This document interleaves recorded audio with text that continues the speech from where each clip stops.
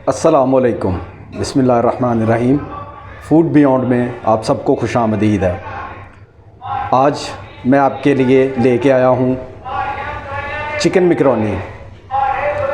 ये बनाने में बहुत आसान और इसका टेस्ट बहुत ही ज़बरदस्त है और बच्चों बड़ों सब में ये बहुत ही ज़्यादा मकबूल डिश है। तो आइए इसको आज घर में बड़े ही आसान तरीके से बनाते हैं।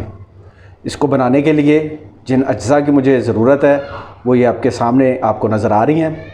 इसमें मैंने 3 गाजरें ली हैं, 2 शिमला मिर्च हैं, ठीक है, और 200 ग्राम मैंने सिर्फ चिकन लिया बोनलेस, उसके छोटे छोटे पीस कर लिए हैं। और मेरे पास 500 ग्राम जो मैकरोनी है और टमाटर का पेस्ट है, काली मिर्च और नमक हस्बे ज़ायका। तो आइए चलिए इसको स्टार्ट करते हैं।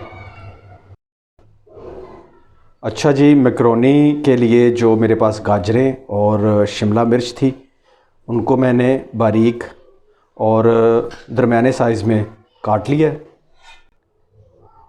और जो मैकरोनी मैंने आपको दिखाई थी उसको मैंने उबाल लिया है। ये चेक कर सकते हैं आप कितनी सॉफ़्ट और मुलायम हो गई है, ठीक है।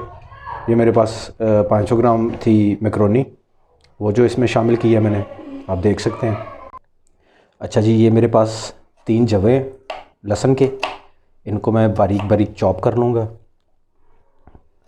चॉप करके इनको मैं ऑयल में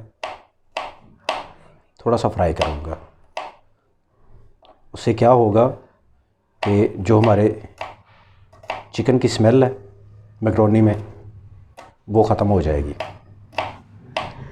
इस तरह आपने बारीक बारीक इसको चॉप कर लेना है।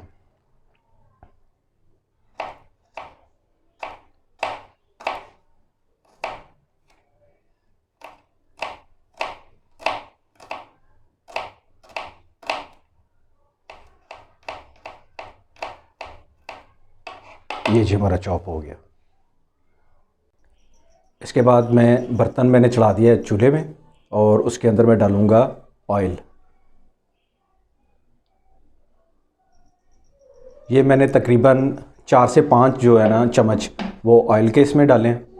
और उसके बाद मैं शामिल करूँगा लहसुन, जो मैंने छोटे छोटे पीसेस में काट लिया था। ये आप देख सकते हैं। इनको अच्छी तरह थोड़ा सा आप हिला लें। अच्छा जी, चम्मच को इसमें अच्छी तरह हिला लें, इसको मिक्स कर लें ताकि ये जो लहसुन है इसमें अच्छी तरह थोड़ा सा इसको ब्राउन करना है हमने, बिल्कुल इस तरह।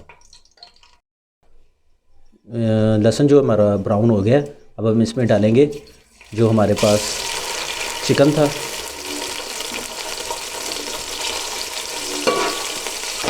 इसको डाल के अच्छी तरह फ्राई कर लेंगे।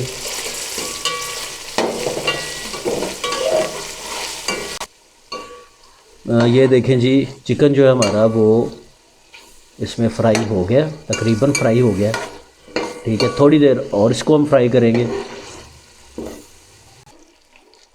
मुर्गे का गोश्त जो है हमारा वो फ्राई हो गया। अब इसमें डाल रहे हैं हम शिमला मिर्च, ये आप देख सकते हैं।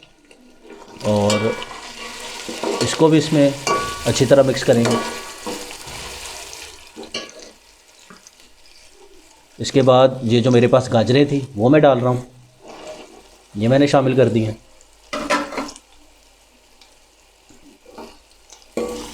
और इसको गोश्त के साथ अच्छी तरह मैं दोबारा फ्राई करूँगा ताकि ये दोनों जो मेरी सब्ज़ियाँ हैं ये अच्छी तरह इसमें फ्राई हो जाए। अब हम इसमें डालेंगे काली मिर्च पिसी हुई 1 चम्मच, ये देख लें आप, ठीक है। और नमक वो हस्बे ज़ायका है, ठीक है। मैं डाल रहा हूँ 1 चम्मच। अच्छा जी, हमारी जो ये तीनों चीज़ें हैं ये अच्छी तरह ऑयल में फ्राई हो चुकी हैं। अब हम डालेंगे इसमें